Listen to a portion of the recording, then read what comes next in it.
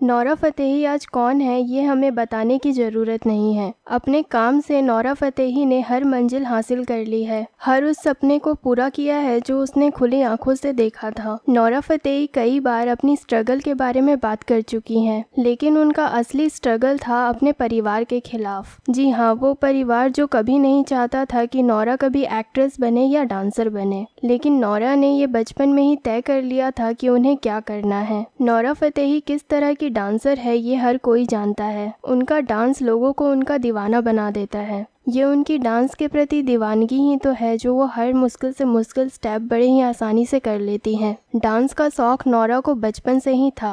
वो हमेशा से ही परफॉर्मर बनना चाहती थी, लेकिन उनके माता पिता को ये सब बिल्कुल पसंद नहीं था। नोरा घर में जब भी डांस करती तो वो डांट और पिटाई खाती, इसलिए उन्होंने छुप छुप कर डांस करना शुरू कर दिया। घर पे इतनी पाबंदी होने के बाद भी नोरा ने कभी डांस करना नहीं छोड़ा। उनका परिवार कभी नहीं चाहता था कि वो ग्लैमर फील्ड में कदम रखें और एक्ट्रेस बने, लेकिन नोरा ने जिद की और केवल 5,000 रुपए लेकर भारत चली आई। तब उन्हें लगा था कि यहाँ आते ही उनके लिए इंडस्ट्री दरवाजे खोल देगी, लेकिन जब हकीकत से उनका सामना हुआ तब उन्हें सच्चाई का पता चला। इंडिया आकर उनका असली स्ट्रगल शुरू हुआ और उनका ये स्ट्रगल कई सालों तक चला। फिर भी नोरा एक मौके के तलाश में रही और वो मौका उन्हें मिला भारत फिल्म में नजर आने के बाद। सत्यमेव के गाने दिलबर दिलबर ने इस गाने ने नोरा का किस्मत बदलने का काम किया और आज नोरा जहां है उस मुकाम पर पहुंचने की ख्वाहिश हर कलाकार की होती है, लेकिन नोरा के भारत आने के पीछे की सच्चाई कुछ और है।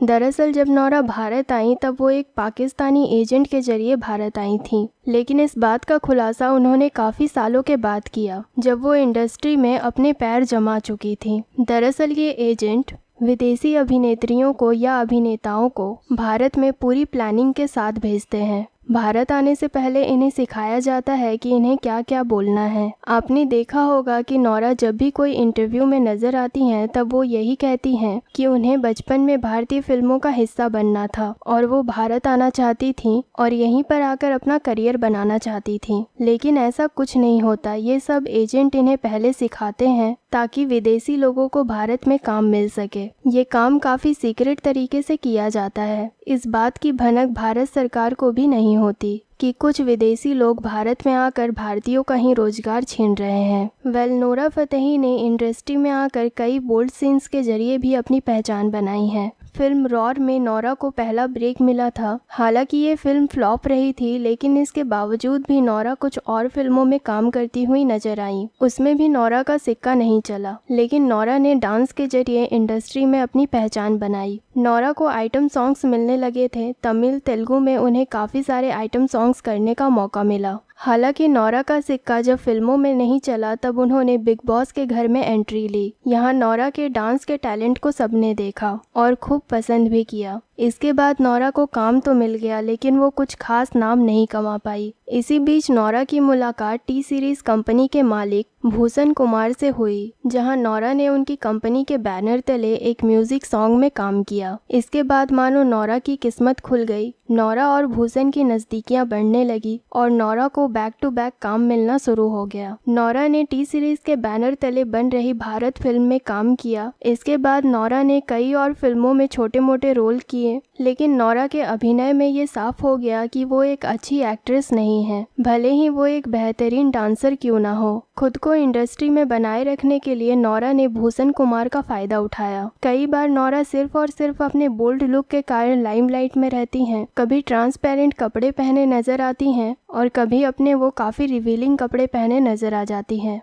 दोस्तों, नोरा फतेही के इन सीक्रेट्स के बारे में जानकर आप क्या कहना चाहेंगे हमें कमेंट्स में बताना ना भूलें। और वीडियो अगर आपको अच्छी लगी हो तो वीडियो को लाइक करें और हमारे चैनल को सब्सक्राइब करें।